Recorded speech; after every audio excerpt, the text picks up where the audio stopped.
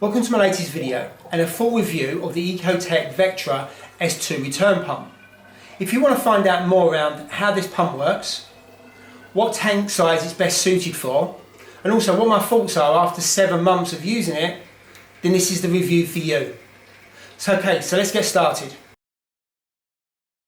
Whilst this is not an unboxing, so I did that 7 months ago when I set up my tank, I thought I'd take you through what you actually get with the Vectra S2. So starting off with the controller, this is standard issue for Ecotech and looks very similar as the Vortec.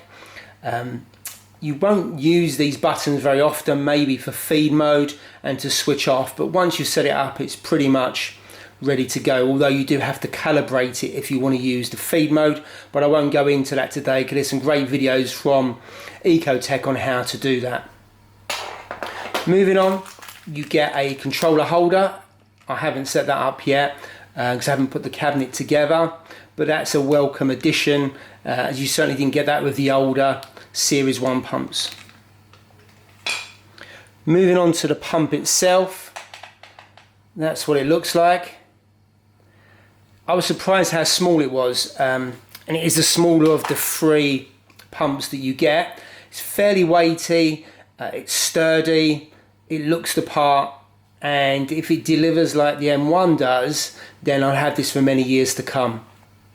You also get these parts with it. That goes on the front, and what you can do, you can get a barb that sits over this to stop particles or debris or snails getting into that, and then that will sit on there, and then as you can see on the box you get a collar just there. I haven't shown that because that's actually on the tank at the moment and I don't want to pull the tank apart to show you, but overall that's really sturdy and a nice piece of kit. So let's take a look at how big this pump is. So in terms of length, that is around 17 centimeters long, or just under 7 inches. And the width of that is just under 10 centimeters and just under 4 inches. So I think that's a pretty small pump, and certainly smaller than the M1 or the M2.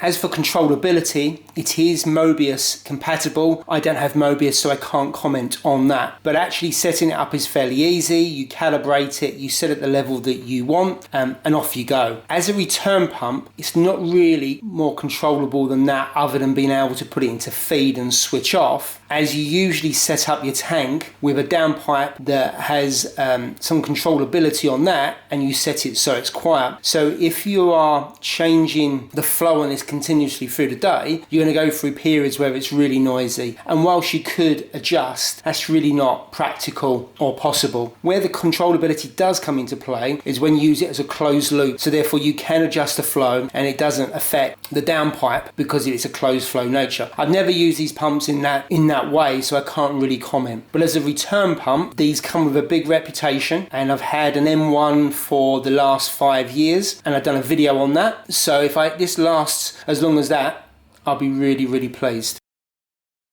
So let's take a look at how this is running in my DD Reef Pro 900, which is a 280 litre tank. It's been running for the last 7 months.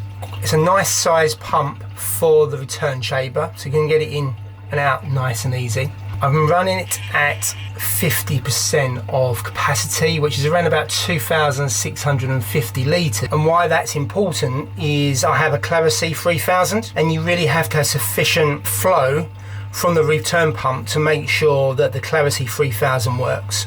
So that was one of the reasons why, one, I chose this pump, because it's small enough and powerful enough, but also why I have it running at 50%. The connection is a fairly simple thing to set up. I used a flexi pipe that came with the tank. but the actual barb that you use doesn't come with this pump. You have to buy that as an accessory, which is a bit of a pain, but at least I know it fits. And also it's fairly easy to fit. You need to run it under boiling water, softens up the pipe, and then you spend a good 10, 15, 20 minutes making sure it slides onto it, or pushes onto it more like it, and it's definitely not going to come off. So the pump running at 50%, this is the kind of surface water movement you get. Now none of the power heads are actually on at the moment, so this is just purely the return pump. And actually there's quite a lot of water agitation, and that's without any other flow. So for me that's about the right amount. Now I've turned it up to full power. You can certainly hear the water far more, and the agitation on the surface is a lot higher. But I'd never really want to run a pump at 100% in all honesty, because it's not as quiet, and I'm not sure how long the pump would last. It might last 4 or 5 years. It might not, because potentially putting more strain on the motor. I currently have 3 tanks running, this being the Red Sea Reefer 170 litres. So you could set this up on this tank and there would be just about enough room in the last chamber. I also think that it would be fine because you could run it with a manifold or without. You would probably run it on a setting of maybe 30%, which again is great. It'd be nice and quiet, and maybe higher if you had a manifold, if you was running a reactor. So this would be a good choice of pump for this tank.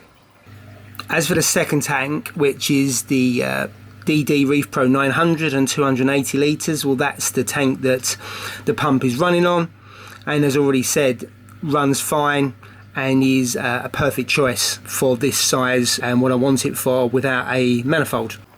This is my last tank, being a Red Sea Reefer 450 litres. Now I would say I would not put an S2 on this tank, as it's just not powerful enough, and you'd have to run it I think at 100%, so it could make a noise, and certainly couldn't run a manifold in my opinion. I have an M1 running on there, and that runs at 50%, and that is perfect for this tank and is really, really quiet. So I think in summary I would use it between a tank size of 170 litres upwards to say 350. I think 350 is a push, really depends on your setup and whether you are using a manifold so you need more volume. So there it is, that's the review of the S2 pump. But what do I think? Well, it's quiet, it is sturdy and built to last. I do like the feed mode as a great function, especially if you're target feeding mandarins or coral, but it is expensive compared to some other pumps. And also it's frustrating, you have to buy extra fittings to fit to such a, say a flexi pipe. However, I would recommend this pump. I do like it. As it is small, it packs a punch, and I believe will last a number of years. But then I am biased because I have had an M1 for the last 5 years. Let me know in the comments below what you think of this pump, or any other return pump for that matter. And if you enjoyed this video, why not press the like button, or maybe subscribe for future videos. Thanks for watching.